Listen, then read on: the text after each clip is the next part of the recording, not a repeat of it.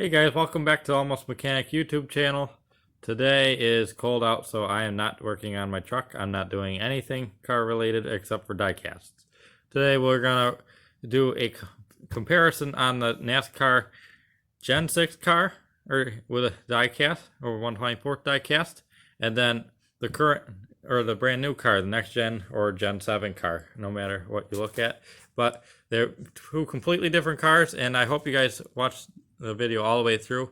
Make sure to like this video, subscribe, and click the notification bell. Alright, we're going to dive right in here.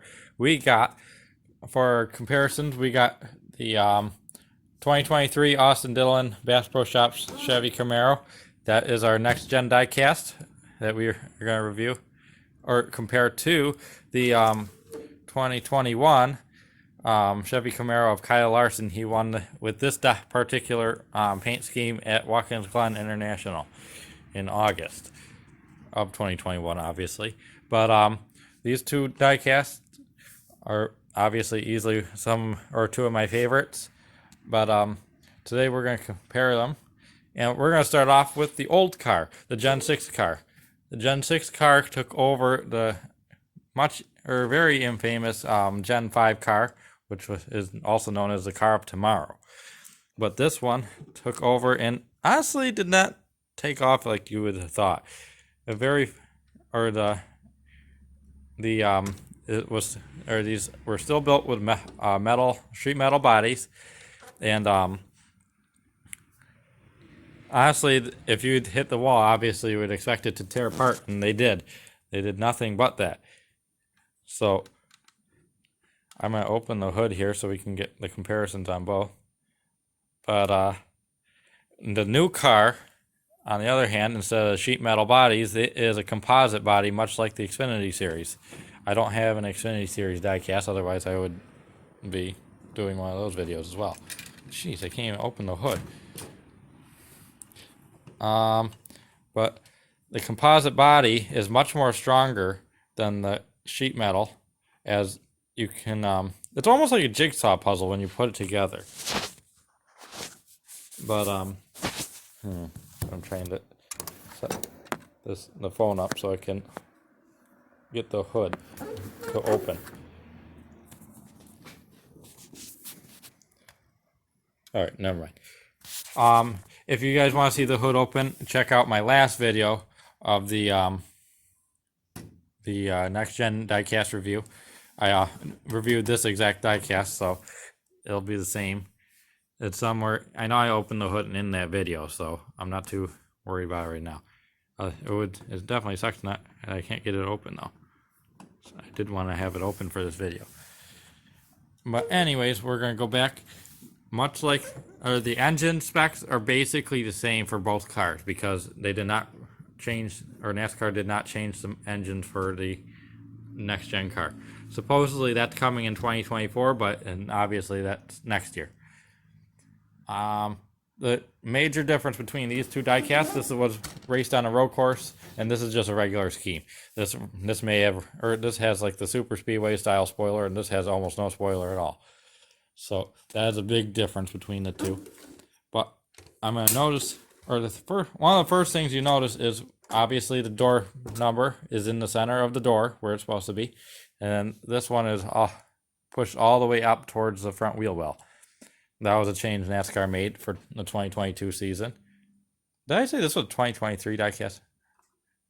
I probably did. But anyways, it's a 2022 paint scheme, because nobody has a 2023 diecast yet. And then the main construction of the cars are completely different. We have, I do believe the car is actually wider. I don't know which car is wider. I should get a tape measure. Now I have a tape measure. Alright, so the Kyle Larson car is roughly, from wheel to wheel, 3 and a little bit of change. So 3 1/4, we'll call it. And then 3 1/4 here too. I don't know if it's about the same at the rear It looks about the same to me. But the same width. I thought the next gen car was a little wider. I could be wrong, but I know the biggest thing between the two cars is one is clearly longer than the other. And I'm gonna flip it around so that you can see that's not. I guess it thinks it's about the same length. But the Kyle Larson car is just about. It's probably about 8 and a.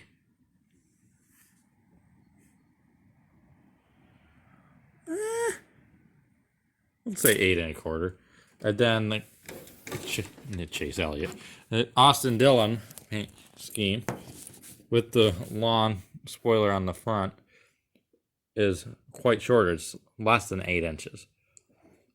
Especially with this rounded back bumper, which is another difference of these two cars. Because if you look at the nose compared to this one, it's two curves hitting up against each other. As the pointy nose of the Chevy Camaro, and then the rounded nose on the rounded rear bumper on the next gen car. The Gen 6 car has a flat rear bumper, and obviously the Chevy Camaro still has the pointy nose, but this looks a lot easier to draft than on Daytona or Talladega than this configuration. That's just asking for trouble right there. But I don't even know what I'm doing, but I'm trying my best here. So the cars are a little bit longer. On the die casts, the next gen car is actually much lighter. I don't have a scale, but I know it's a lot, just by the feel of it, it's a lot lighter. Or the next gen car is a lot lighter than the Gen 6 car. I don't know what it could be. It could be the different bottom. It could be all the extra components in the car. Or it could be whatever they made the actual die cast of. The shell. I don't know if it's probably cast aluminum. I'm not sure. But this feels quite lighter than this car. And another difference is I don't like to set my die cast upside down, but I'm gonna have to do it for this one.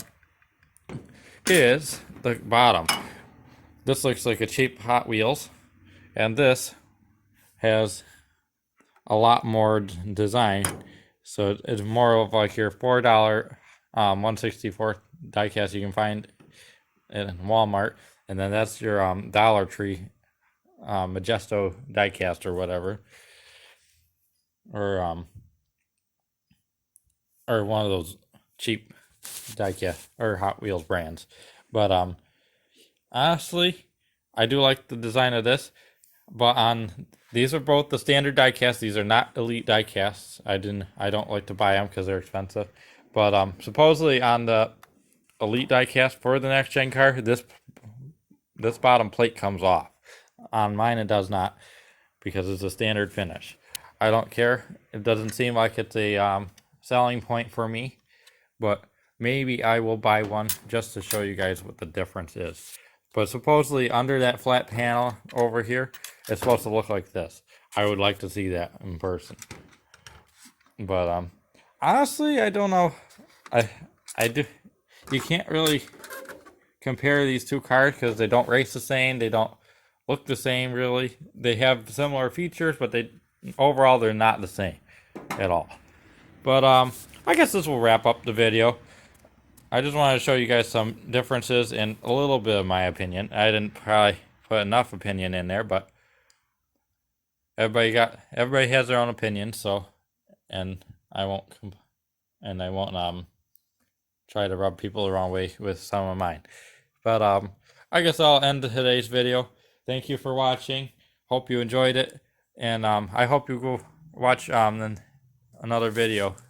I'm sure I'll place another one up here at the end of this video. So thank you for watching, and I will see you in the next video.